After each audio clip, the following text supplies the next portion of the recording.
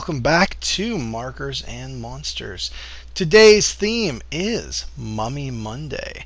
I think that should be a national holiday. I think every Monday should be Mummy Monday, but maybe I'm in the minority for feeling that way. Anyway, right off the bat, let's get into it. I'm just doing a nice mummy portrait here, and as you can see, I chose not to do one of the famous mummies like the Universal or even the Hammer mummies. I just I don't know, I love those guys, and I draw a lot of them, and I will be drawing more of them in the future, but this time I just wanted to do a cool mummy of my own making.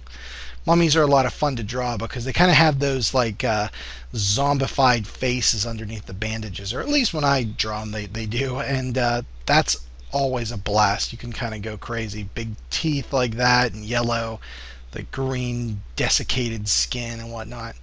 It's just a blast. I enjoy it. So when I first saw this challenge, I thought, you know what, I'm gonna do my own cool mummy. So let's talk mummy media here for a couple minutes. I would think that the first horror mummy would be in the Bram Stoker. I think it's a novella. I think it's a little longer than a short story and a little shorter than a novel. Jewel of the Seven Stars.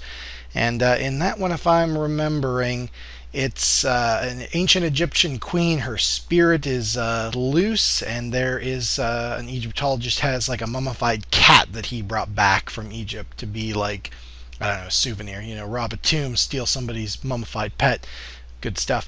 But anyway, she's trying to inhabit this mummified cat, her spirit, and then she's also trying to take over the spirit of this guy's daughter, and they fight, blah, blah, blah. It's pretty cool stuff. It was published in 1903, so right there at the beginning of the 20th century. And the public had been fascinated with Egypt and ancient Egypt and Egyptology for quite some time. So, Bram Stoker was capitalizing on that, and I think he did a pretty good job with it. Bram Stoker, if you don't know, is the guy who wrote Dracula famously. He also wrote a number of other horror stories, both short and some of them a little bit longer and whatnot. But yeah, if you want to get into some classic horror stories, check out Bram Stoker, because I can tell you he's got a lot of good stuff, not just Dracula. The Squaw is a short one of his. It's famous. Very good stuff. Jewel of the Seven Stars, like I said. Anyway, check it out. If you're looking for reading about some mummies this Halloween, then there you go. So, most people, when you say the Mummy, people are going to think about the Universal horror movies, The Mummy, with the first one starred Boris Karloff in the titular role as the Mummy, Imhotep, and then after that they started producing sequels. At the end of the Mummy movie life cycle, they were producing 2 a year, so they were really pumping them out. And those ones had Lon Chaney Jr. famously. He's known as the Wolfman and all kind of other horror stuff, but the Wolfman mostly. But anyway, he was the Mummy in each of those Mummy movies, where Boris Karloff played Imhotep, Lon Chaney Jr. played Karis. And I'll play a little devil's advocate here and say I actually like the Mummy sequel movies a little bit better than the first one. I think the first one's probably the most well done of the movies, but the other ones are just a lot more fun. I don't know. You see Lon Chaney Jr., in the Mummy bandages way more than you ever saw Boris Karloff, who was only kind of bandaged up in the first scene of the original Mummy. They're a lot faster paced, and especially the second Mummy movie, which is The Mummy's Hand from 1940.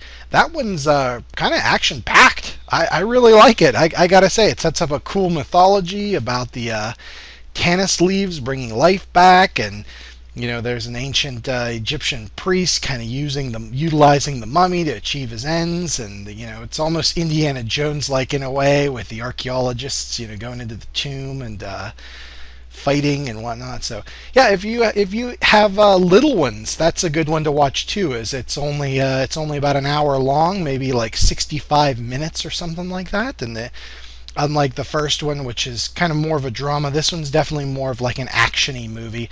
And granted, it's from 1940, so don't expect, massive explosions and car chases. No, that would come in the 90s when they remade The Mummy with Brendan Fraser. Now, years ago, I saw that in the theaters. I actually liked it, and I still do. It's fun, it's entertaining, and yeah, if you're looking for the explosions and car chases type mummy, there you go. That one also had 2 sequels. The third one I thought they did something interesting with. They looked at a non-Egyptian mummy. This was Mummy 3: Curse of the Dragon Emperor. Was about them going into like the Himalayas and China, and there are mummies there, especially with the that cold air in the Himalayas. If you die on, like, say, Mount Everest or whatever, your corpse gets mummified just naturally. So, kind of neat, but not a very good movie. I have to say they had a cool idea, or at least an interesting one. And they kind of squandered it a bit, but you know what? That's okay if you're looking for dumb action. Again, something to go with. All right. Anyway, back to the drawing. Looks like the inking's coming along nicely. I had to speed this up very much. All those bandages with that kind of comic book cross-hatching were a real pain to do. I love the way it turned out. I love the way it looks. But man, it took some time. Same with all these stars I'm popping in now with the white paint pen.